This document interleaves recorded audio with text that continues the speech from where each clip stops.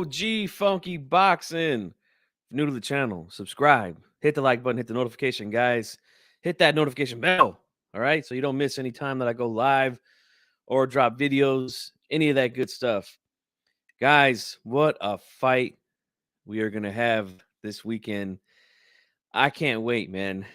I really do think this is going to be an exciting fight.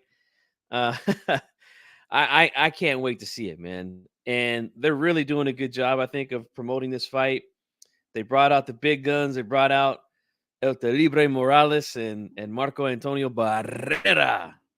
And dude, that's gonna be, man, that just brings it to another level, in my opinion. And I'm excited, man. I really like what they're doing here. So this is a film study, guys. All right. Um, we're gonna break this thing down, give you my pick, open up the phone lines for anybody that wants to call in. And let's go ahead and do that, man. Let's get this thing started. If we have any time, maybe we'll talk a little bit about the undercard. I know that Murataya is not on the undercard anymore, which sucks. I really want to see him. I was looking forward to seeing him on this bout, but hey, man, it's all good, man. We got ourselves a fight here. So let's start with the challenger. We're going to do the record, tail of the tape. So, Lupe, hit me. Oscar Valdez. Thank you so much, Lupe. All right. Oscar Valdez record 31 wins, 1 loss, 23 wins by KO, no draws. All right. 32 years old, 5'5.5", 66-inch reach. And he is an orthodox fighter. And for the WBO Super Featherweight Champion, Lupe, once again, hit me. Emanuel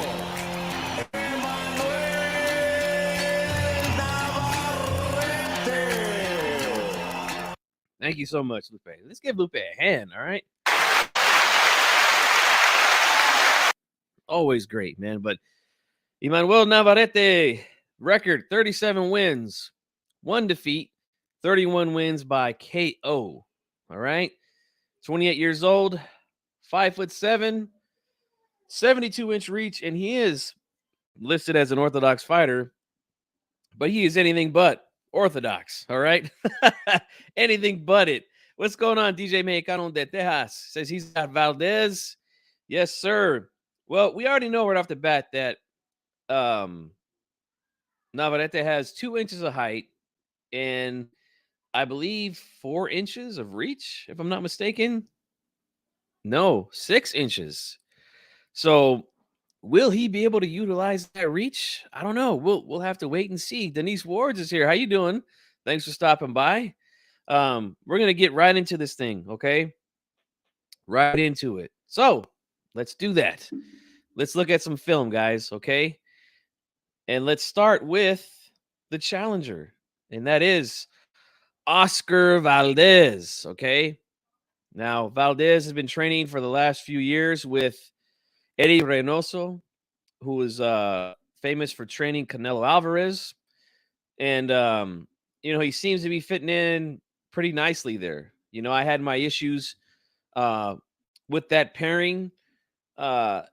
It didn't look like it was going to be a smooth relationship, I guess you could say, between those two.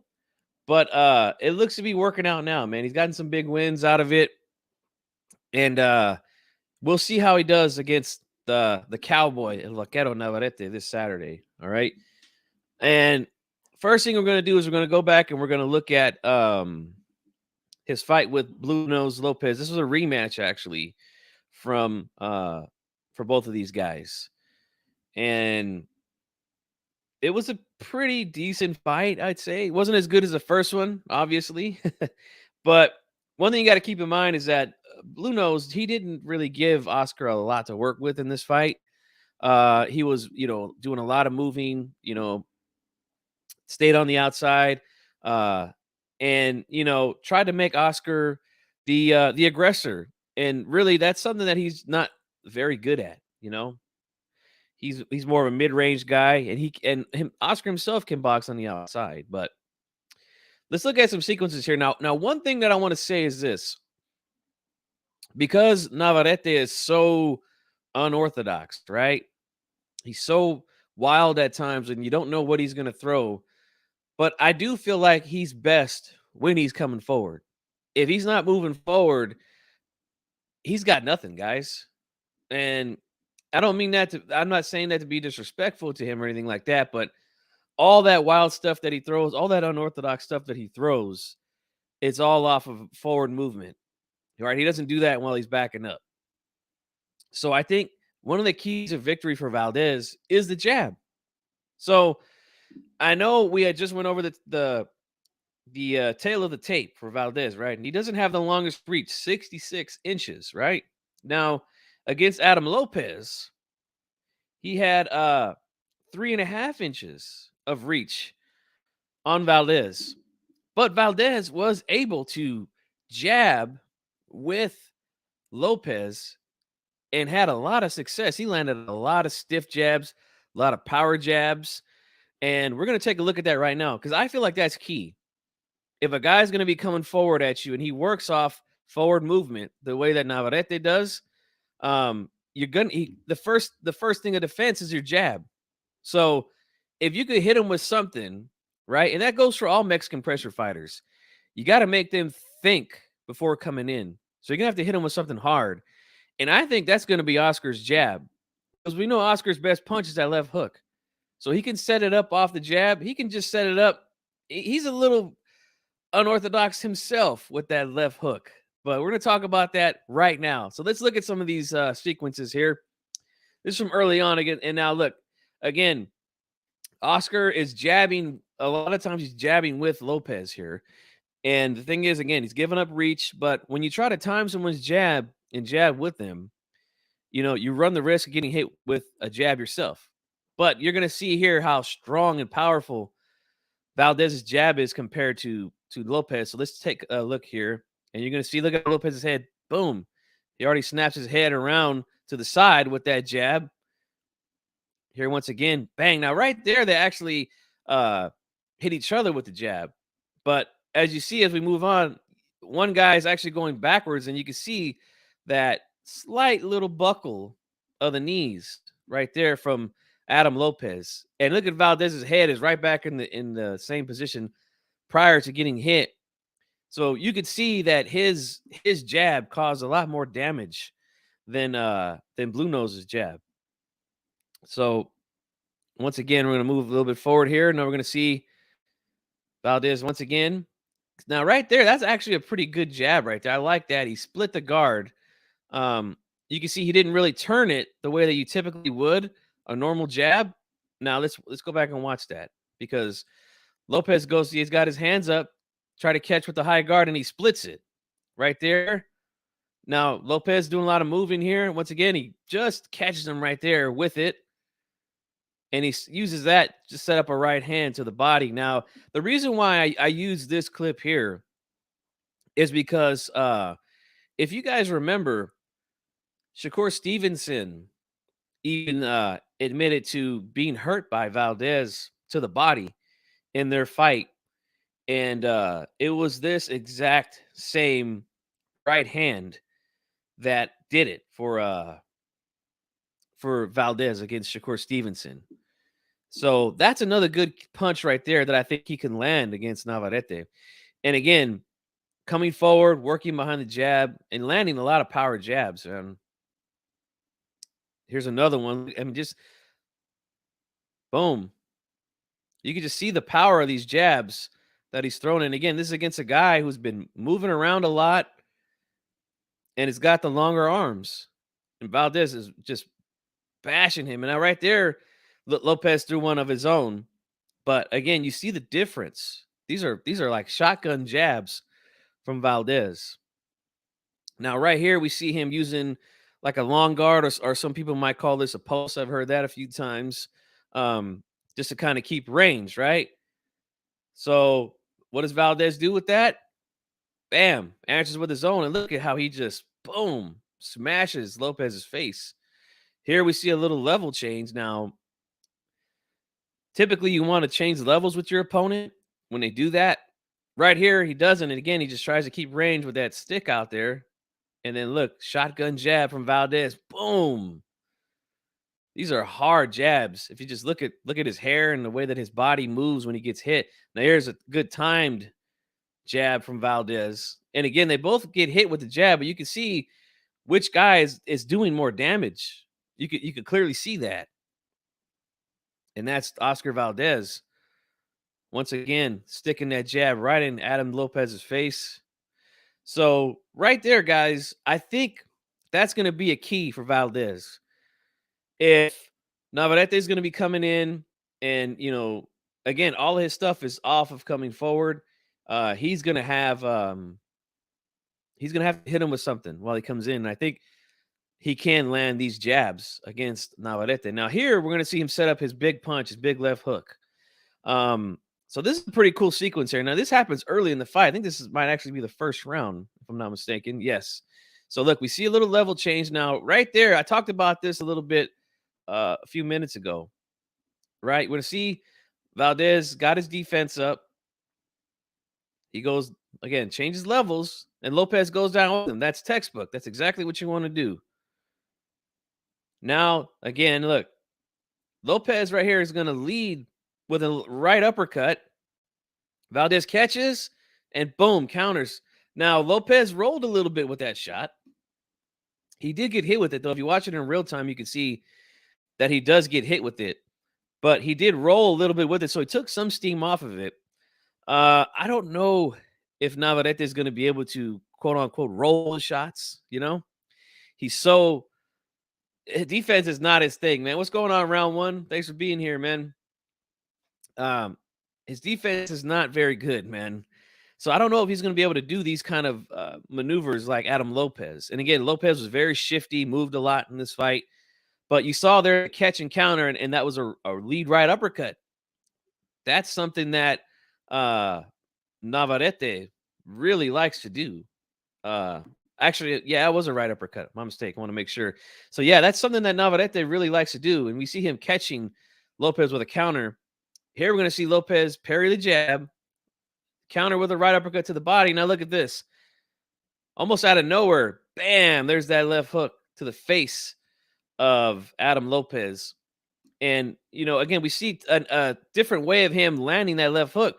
The prior sequence was a catch and counter with the left hook.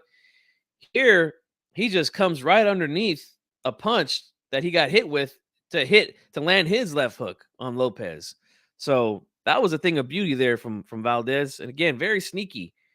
Here we see now here's a sequence that I picked because Lopez this is one of the rare sequences in the fight where he's actually aggressive. And he's coming forward, throwing punches, and very similar. Not exactly like, because nobody can do what Navarrete does, right? He's just so awkward. But we see here, look, again, he's coming forward, throwing a lot of punches. Valdez backing up. Boom! Hits him with that left hook right there. Catches him while he's coming in, and that one actually buckled him. You can see Lopez right there. That's a key right there, man. He can execute that against Navarrete, I believe. Now here, we're going to see some inside fighting. You see the clinch, right? You see Lopez is trying to wrap up Valdez's hands. Now, Valdez is typically not an inside fighter. Navarrete is not inside at all. He wants to just come forward with those wild shots and be at mid-range to get his stuff off. So I think if they do get on the inside, I think Valdez has an advantage there, man. I really do. And here we're going to see out of the clinch, he gets his hand out, gets his hand free, bam, lands a left hook right to the face. Here again on the inside, off a punch again, lands that left hook. Valdez is very sneaky with this left hook, man.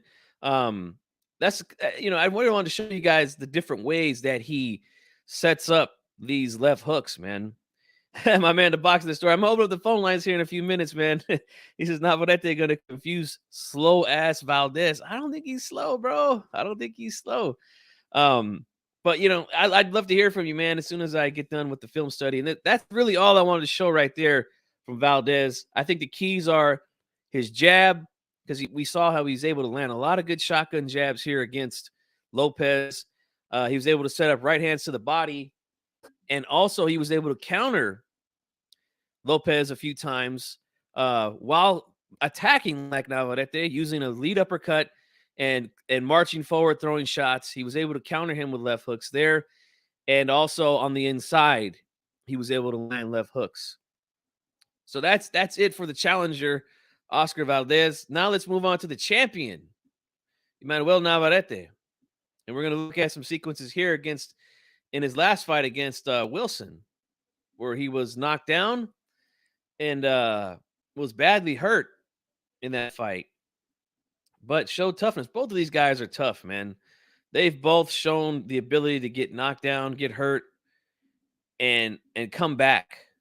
And I think that's why this is going to be such a good fight, man. I really do think that. Okay, why am I not finding this? Sorry, guys. Give me a second. I know I saved this video, and now it's not there. Okay, here it is. Gotcha. See, I knew I had it. All right, so here's Navarrete's last fight, where he won the vacant WBO super featherweight title. And this is what Navarrete is really all about. He's not. It was kind of hard finding sequences to capture, because he does so many things that you're not supposed to do, but that's actually his strength, So it was hard to kind of find some sequences, but I found some stuff. And again, when he's at his best, he's coming forward and attacking and throwing power shots, leading with power combinations. What's going on, Bruce Gass? So let's take a look at this sequence here. Watch this, guys. Look at the distance. I mean, they're way far apart here. And Navarrete comes forward, right? Change levels and lands a short little right hand, and then boom, there's the left hook. I mean, that is just crazy. And look at his positioning. I mean, he's not he's not planning on the ground. Like, these are all kind of like leaping kind of punches. And technically that's not what you want to do. Some guys can actually get away with that. He's one of them. So yeah, it's crazy to prepare for, man. Crazy hard to prepare for. Now, again, still coming forward. Another body shot. Right uppercut. Left to the body. Right up top. Now, look again. Leaping. It's still catching him. I mean, just insane. These combinations are insane, guys. This is some crazy shit. And he's landing all these shots. Once again, coming forward, there's a little throwaway jab, lands the right hand, leaping in again with the left hook. Now he's got his guy against the ropes. And this is where he likes to be, at mid-range, right? Letting go of these shots. I mean, Navarrete is just a fucking wild man in there, man. Here we're going to see some more of that stuff. Throwing uppercuts, leading with these uppercuts. Body going under the high guard. Look at that leaping left uppercut right there. And I want to go back and highlight that real quick, because we saw him throwing some punches underneath the high guard. And Valdez, he fights behind a high guard defense. That's really his defense today. He does sometimes his guard is active. Most of the time it's not, though. So Navarrete could be landing shots like that to the body. He could be landing uppercuts, right, like that. I anticipate him landing some of those shots. Now here's the funny thing, guys. Out of all that crazy stuff that I just showed you, now he's going to put Wilson on his ass with a textbook 1-2. There's the jab, and there's a right hand, and he's down. Like, I mean, that is just insane, guys. All that wild stuff he just did that I just showed you, and then all of a sudden he sits down on a perfect 1-2 and puts this guy down. Like, this is crazy to see. But that's Navarrete, man. That's Emmanuel Navarrete, Let's continue here. Again, look at leaning with power. Boom, lands a straight right hand. Left to the body. Right up top. Left, a leaping left again. Like, this is Again, man, these are stuff that you shouldn't be doing, but he's getting away with it, and he's having a lot of success. Um, Again, leaping in with shots, hooks. Look at this, guys.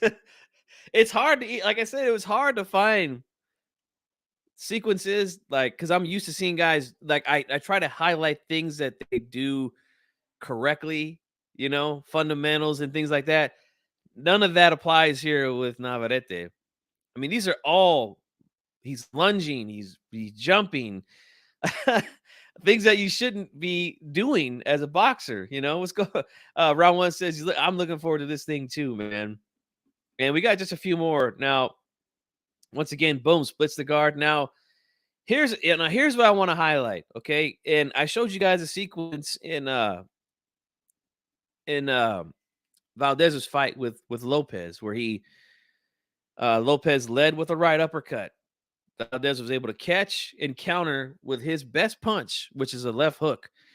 And here's where I think he's going to have some success, man, because look at Wilson, right? Off that uppercut, boom, catches Navarrete. And then Navarrete was badly hurt right there. Just a few seconds later, he goes down. Now, I kind of want to go back on this. And again, look at Navarrete's feet. Again, he breaks so many rules, man. But that's just him. But I want you to look at right there. That looks nice, right?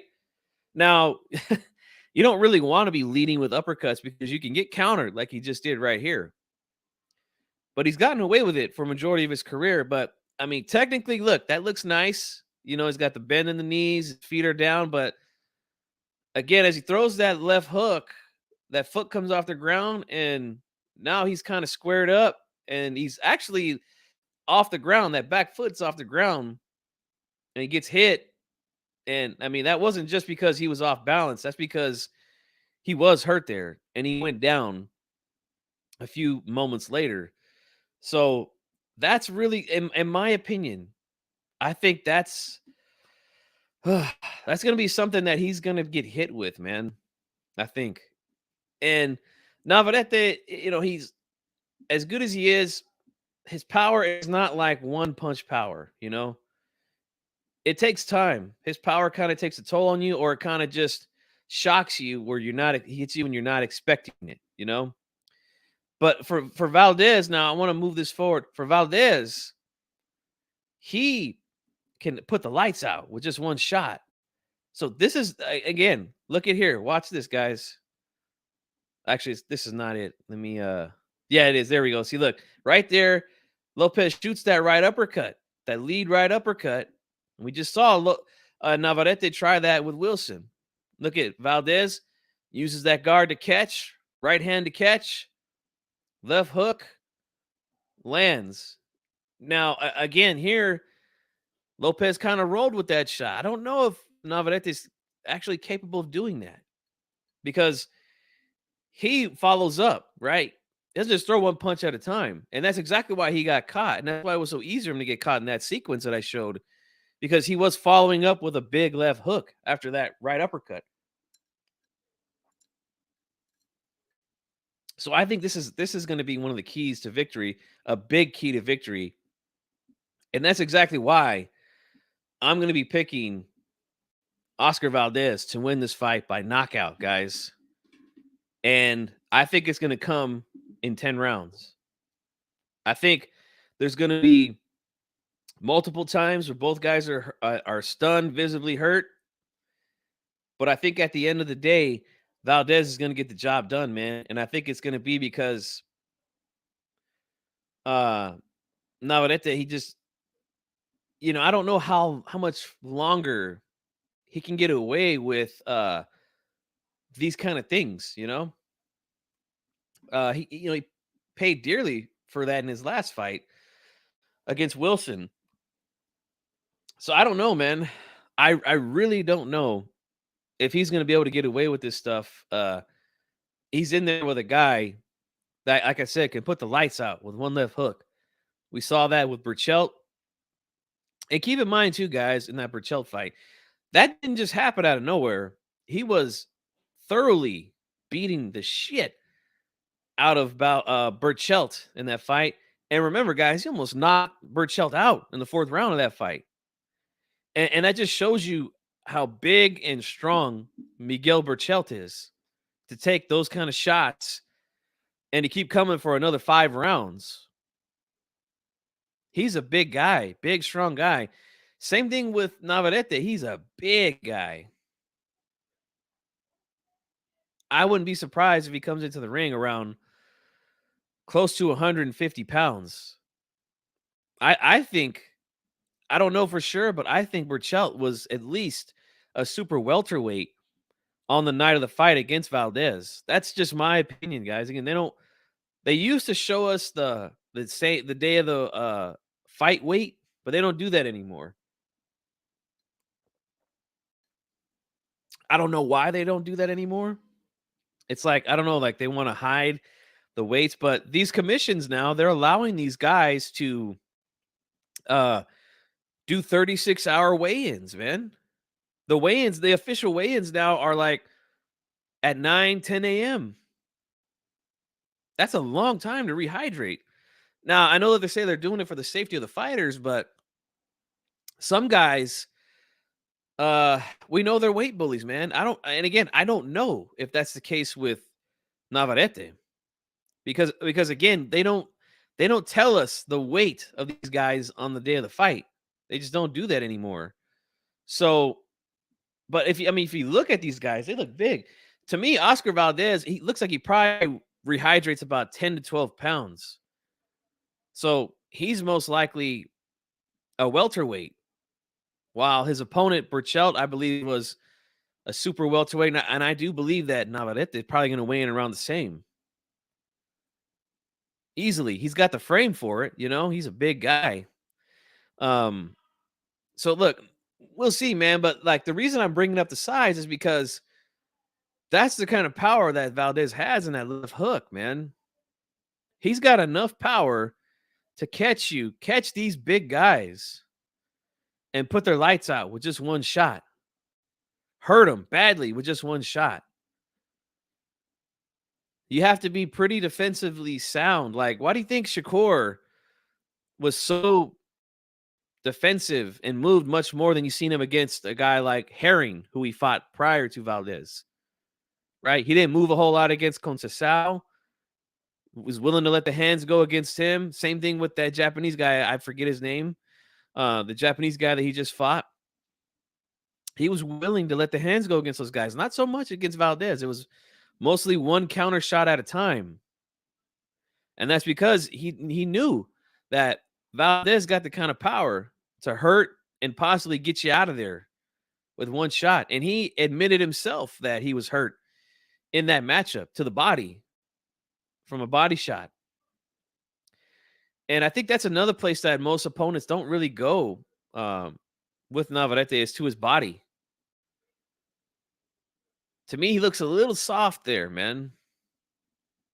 And I think that would be a good opportunity for him Valdez to catch him. Now, again, I talked about both guys being very resilient, mentally tough, the will, the determination that both guys have.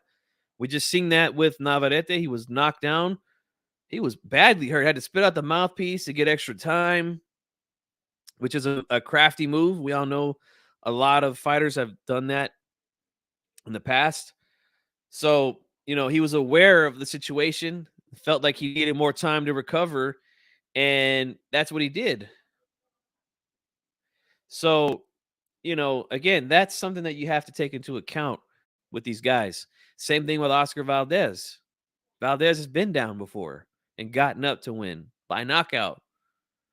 He's fought with a broken jaw against Scott Quigg, who came in badly overweight in that fight. And he fought the man with a broken jaw and kicked his ass with a broken jaw. Those are the kind of things right there, guys, that stuff like what I just showed, film study, doesn't capture.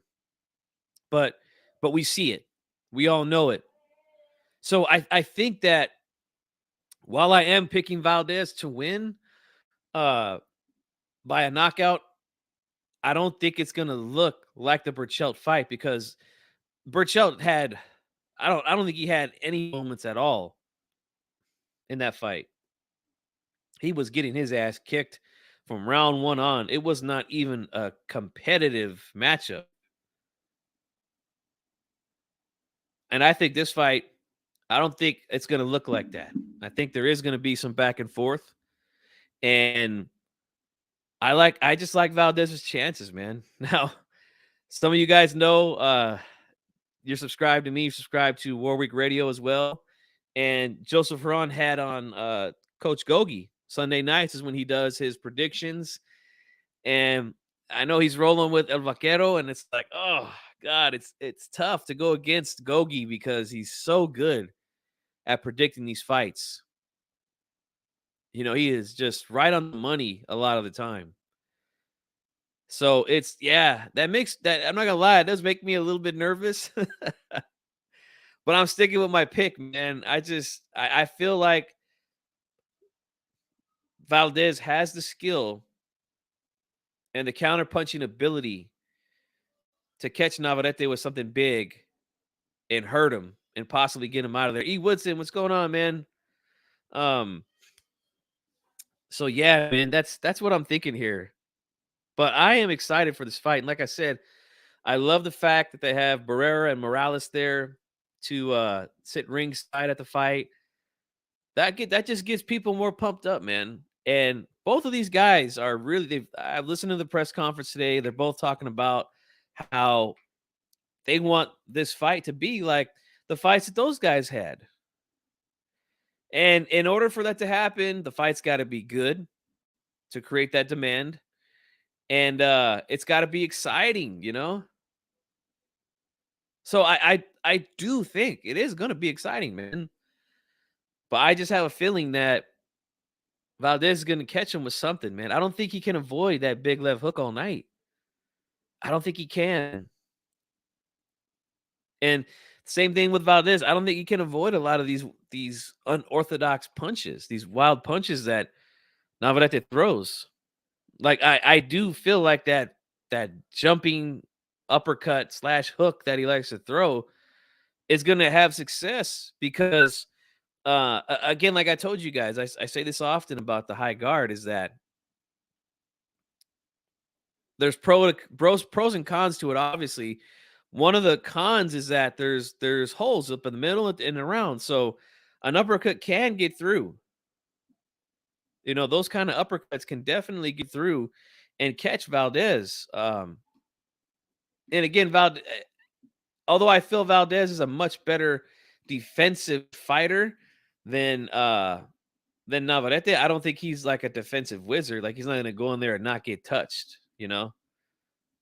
Something's going to land. I anticipate that. But since I'm talking about the high guard, I want to show you guys something here that I want to make a point on is because Valdez does fight with the high guard. I want to show you guys now right here. Again, they're both going to throw a jab, but because Valdez, look at his hands again, high guard, right? He got his hands up, and again, his hands are closer to the target than Adam Lopez's because Lopez, look where his hands are. They're like down below, his body, down below the waist. So right here, we're gonna see why Valdez's shot, boom.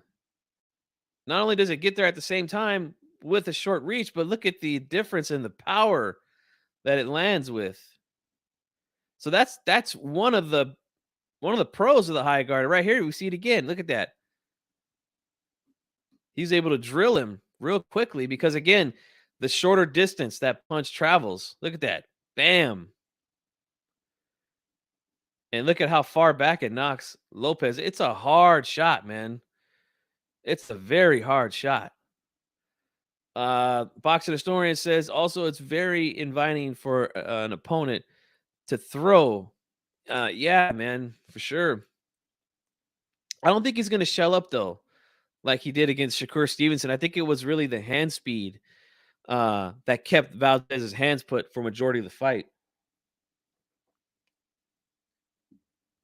So yeah, I mean, obviously we know that they're different styles, but yeah, I just wanted to show that again. Like the high guard is a really good defense, man. I think it's underrated, man. I know it's like basic and one of the most simple things that one of the first things that you learn in the gym. Keep your hands up, protect yourself. And that's a nice tight high guard defense. Now, guys have gotten creative with it. They make it active. They open their hands to catch and parry shots so they can counter over the top, or like we saw there, like I was just showing you guys with the jab. It's a shorter distance travel to your opponent, especially if you're in mid range. Your hands are right here, and then it's just a real short distance to travel compared to someone like Lopez, who I showed in those clips where he had his hand down below his waist, and Vaquero kind of does that too sometimes. He doesn't really use a jab too often. Uh, Mostly just kind of distract you. But the scary thing with this guy is that, like I showed you in those highlights, I showed you like 4 sequences where he's just leaping in with punches to the body and to the head, uh, and just following guys out of the pocket, still landing shots while he's chasing. And then all of a sudden, he sits down on a textbook 1-2 and puts the guy down in round 9. So it's just one of those things with this guy where you have to just really be on point, man, because he's so unorthodox and wild. You just don't know. You don't know what he's gonna do, man. That's the thing about this guy. But I just don't know, man. Like for me, I don't know if just kind of winging shots like that. And also I feel like Navarrete has been really like nonchalant about his opponents lately. Like I feel it's just my opinion. Some of you might disagree. Anybody want to call in, they could call in too. The numbers on the screen, the phone line is open. Um, but he looked real nonchalant, like he didn't care against Baez, and he was losing every single round, every single minute of that fight to him. And then, he let the hands go and he caught him with a body shot and ended the fight. So again, that's just the how unpredictable this guy can be. He's literally just invisible, in my opinion, for 5 rounds in the fight, and then all of a sudden he opens up and ends the fight. And I kind of feel like he wasn't as nonchalant against Wilson, but I think that's because Wilson jumped on him right away. Now Baez was really just kind of boxing, from the outside, not really known for power. I feel like Wilson really just kind of jumped on him, man, you know, and made him kind of fight and get like into the fight earlier, as to where with Baez, it took him a few rounds. Skills will win this fight, in my opinion. And you're picking Valdez. Okay, got you. Got you. Um, yeah, you guys let me know in the chat who you guys got. Or again, if you want to call in, I'm going to stay on here for another 10 minutes or so. I got dinner waiting for me. And look, guys, I apologize for the inconsistency with the times that I start my shows. It's just a family thing, man. I got kids, I'm married. I got a little one. She's just 1 years old. So my world is around them, kids, work, family. Um, so I literally just go on when I can at this point. Most of the time I know it's at night. Here on the West Coast, it's usually around 8 p.m. and that's around the time that my kids go to sleep. So I know for you guys that are like Central or Eastern time, I know that's late, but for the time being, man, that's what I got to do. Um, Hopefully, by the time my daughter turns 2 and she's sleeping more through the night, I'll be more consistent with the time. So we got a phone call, guys. Give me a second.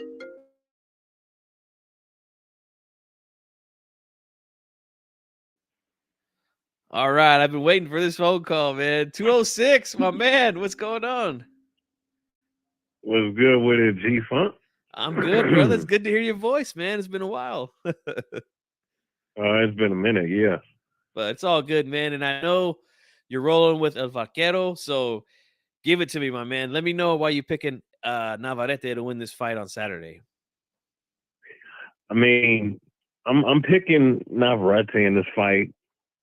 Don't get it twisted. I don't think it's going to be a wash in it any way, shape, or form. I mean, Valdez is a good fighter. He's knocked out people that we would consider good fighters for sure. It's just that Valdez, the problem with him is that he is very straight up and down in terms of his approach.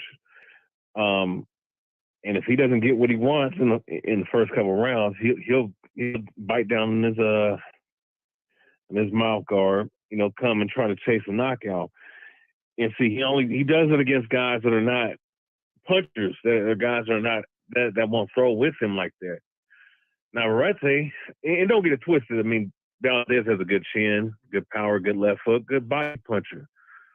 But he's not able to cut off the ring against certain guys. Not to say that that's going to matter in this fight, but I think that Navarrete, if his awkward movement, because that's what he does with his awkward movement, he step in with the with his lead leg and then throw a lead uppercut. He does a lot of weird shit, right? Yeah. But I say this, right? I think that he's like you were just breaking down, because Valdez does stand at high guard, and personally, I'll never do that high guard shit again. That was the first time I ever got hit with so many punches. That's for motherfuckers that want to have brain damage for the rest of their life. Oh man, I still kind of don't feel the same after that little session, but still, that's not. That's going to be right there for the uppercut with Navarrete. Now, I'm not saying that Navarrete doesn't leave himself open. I mean, offensively, he's, creative, but that also creates openings for other guys. And, I will say that Valdez does have good timing. Valdez is tough, and he has conditioning, really good conditioning. Go 12 rounds. Navarrete has shown the fade. Maybe that could be the potentiality of the weight cuts that he's done in his career back at 126.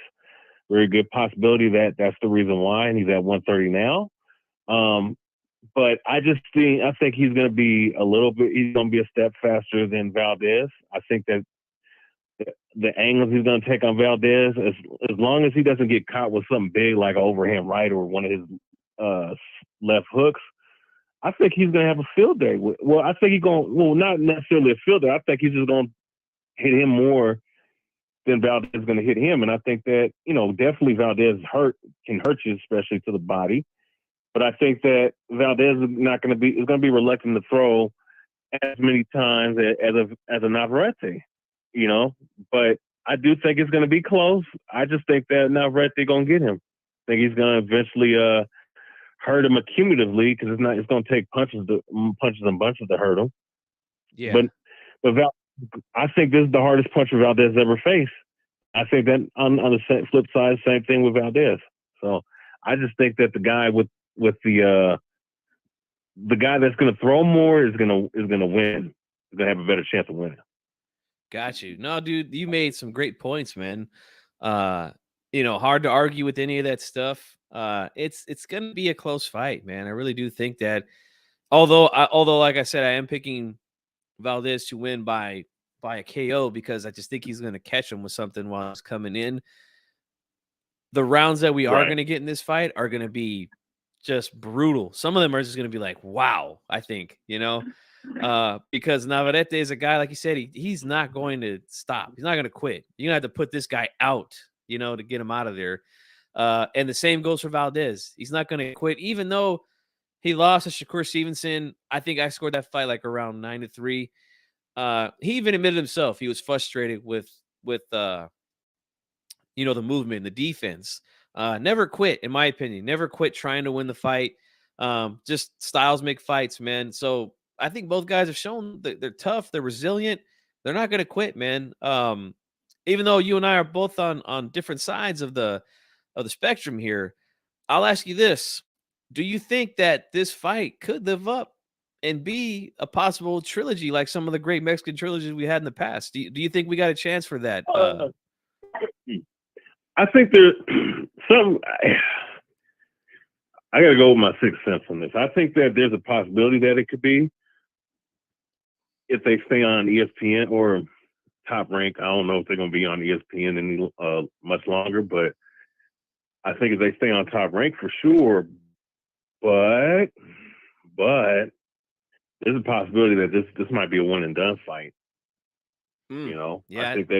I think I don't know. Something tells me like it would make sense for it because it'll make money. Motherfuckers will come out and watch it. I mean, shit, I would come out and watch it if it was in my neighborhood Oh for yeah. sure. Shit, I'll buy me like 3 meals, eating that shit, just watching these motherfuckers bang the hell out of each other, man. That'd be entertaining. But I mean, you know, just something just tells me I think that one of them's gonna get knocked out, and that's gonna be the end of it. Yeah, it's kind of hard to make a trilogy out of a fight where someone does get knocked out, you know. It's gonna have to be a Yeah. sensational fight, though. It's gonna have to be a fight where the fans are like, dude, I don't even care if this guy got knocked silly. I would love to see it again. It was so good. What we got was so good. I would want to see it again, you know.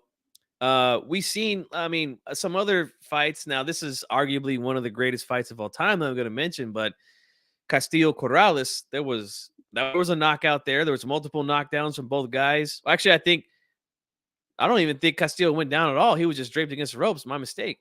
But Corrales was down multiple times in that fight. But the fight again was so good that people had to see it again, you know, and they did see it again. So I mean, there's a chance. It all depends on how good it is, man. And again, the fans are the ones that really demand the fights. So if it is that good and we want to see it again, us fans, we got to do our part, man. And you know how it is in the YTBC, man. It's hard to get people on the same page. But if Oh it is yeah. a good fight, I say we just push for it, man. We continue to make content, tell these guys, hey, look, we want to see it again, you know? Um, anything else you want to say, brother, about this fight before I let you go? Oh yeah, isn't AJ fighting this weekend? Oh, yes, yes, yes. He's fighting Hellenius, who's stepping in last minute. Yeah, go ahead. Give me your thoughts on that, man.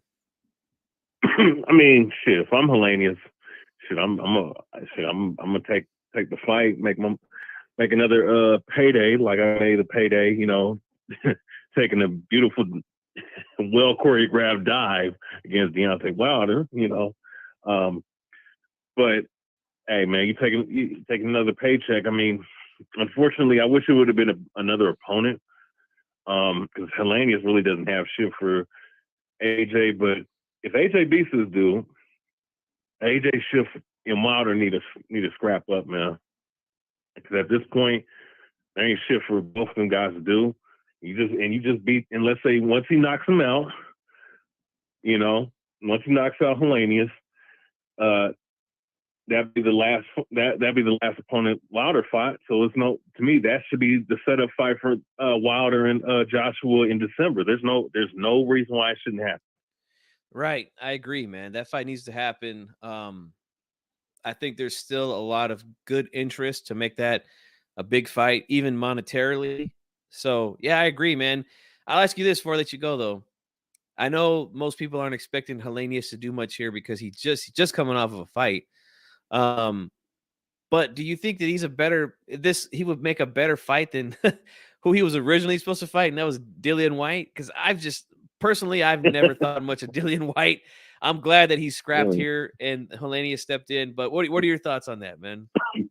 I mean, if you put Dillian White and Hellenius in let's say if they both had an 8 week camp, a month out, and they were to fight each other, and we know styles make fights, and I'm just using this for a comparison. If they were both to fight each other, I think that Hellenius would have a 40% chance of beating Dillian White, and that's how much I feel about Dillian White myself. I mean, he's an opponent. He's fought enough names, but he's at best a C level boxer. Hellenius is a C- level boxer, and I honestly, I mean, because it's coming off of a week and a half notice, I think that not going to be enough for Hellenius to prepare for Joshua and give Joshua much of a fight. So I think that this fight in particular, I think it's going to be quicker than what it would be with Dillian White. But Hellenius really ain't that far from Dillian White if given a full training camp. You know. Got you, man. Yeah, I mean, I'm gonna tune in. To be quite honest with you, I really wanted to just see how Herkovich does. I think he's in with a pretty good opponent. Yeah, So he was that's a really lot of fighting too. yeah, he's really the sole reason why I was gonna even watch uh that card this weekend. But now that Hellenius is in, I do think he presents more of a challenge than White, but we'll see, man. We'll see. I'm definitely a little more interested Hey, this weekend I, for that I'll one. say I'll say this right. If Hellenius was to drop AJ, let's say if he was to knock out AJ need to go ahead and retire. I Ain't agree, no man. way. And there's some coaches out there that believe that he is done. At least he doesn't have that drive anymore to be what he was supposed to be, if that makes any sense. Yeah, A lot of people expected him to be that guy and he just wasn't. And after a couple tough losses now, and who knows, he might still have those same vibes that he got from Andy Ruiz, who came in last minute, and that was his first loss. We'll find out, man. We'll yeah. find out on Saturday evening. So we got a lot of fights to watch this Saturday, man. So hey, it's a Oh yeah. dream come true for us fight fans, brother. Oh, for sure. I mean, it's going to be a decent little week. Things could be better in boxing, but hey, well, boxing's been putting out some great fights. So I mean, support it while it lasts. Might be the last year we have all these big ass fights happening. So Yep, I agree, man. So hey, man, appreciate the call, man. It's always great talking to you, man. Talking boxing. I appreciate oh it, yeah, man. oh yeah, likewise, man. Keep doing your thing, G-Funk. All right, brother. You take care of yourself, man, and enjoy the fights this weekend. Likewise, take it easy. All right. Let's give my man 206 a hand. All right. Fantastic call as always. And I want to read some of these comments so you guys are coming in dropping some good stuff. Kevin here says, someone is for sure going down. I just hope Navarrete learned his lesson. He looked like a little chubbier, like if he just ate a brunch instead of putting on the weight right. Right. Nevertheless, big war. Yeah, I agree. And you make a good point here about Rios Alvarado. Yeah, that fight, the first fight ended in a stoppage and they had a rematch. That's right. Forgot all about that. And this one too, Jose Luis Castillo and Corrales. Mad Dog H, what's going on, man? Also, one of the best trilogies in Mexican history, guys. If you remember, Rafael Marquez and Israel Vasquez, right? That first fight ended in a stoppage in the 7th round. All right. It was stopped in the 7th round. And then we got a rematch. Israel Vasquez gets his revenge via TKO, right? And he suffered 2 bad cuts in that fight. And then they fought again for the 3rd time. And Vasquez gets this split decision. So again, yeah, does it have to be like 12 competitive rounds for there to be a trilogy or at least a rematch? No, it doesn't. We've seen several examples of that, and I just named off a couple right now. Actually 3 to be exact. Castillo Corrales, my man Combat Sports Media in the chat said Rios Alvarado, and then Vasquez Marquez, all great fights too. And we got to see him more than once. So that's fantastic. Yeah, Juan Marquez's little brother. Yep. Fantastic fight between him and Israel Vasquez. And man, I might have to go back and watch those fights now. Just thinking about it, I'm like, damn, those were some good ass fights. And I believe that at least 2 of those fights, maybe all 3, were at in Carson, California, where a lot of the good fights take place. The first Rios Alvarado fight was there. So yeah, man, a lot of great fights happen in that venue. And so guys, I'm gonna wrap this one up, man. I thank all of you for being here while I'm live. I appreciate you guys. And again, hopefully soon, guys, I'll be more consistent with the times of my shows so that you guys can be here live more often. But I do appreciate all the support, guys. I'm glad you guys all came here and let me know who you got winning and why. We give a big shout out to my guy, Boxing Historian 206, who called in. Always love talking to that brother right there, man. He's very, very knowledgeable in the sport. And it's always a pleasure speaking with him and hanging out with you guys, man. But I got to give myself some dinner. Had a long, hard day. So I'm hungry. All right. But guys, enjoy the fights this weekend. And we will see you after the fights. Stay safe and have a good one, guys. I'm out of here.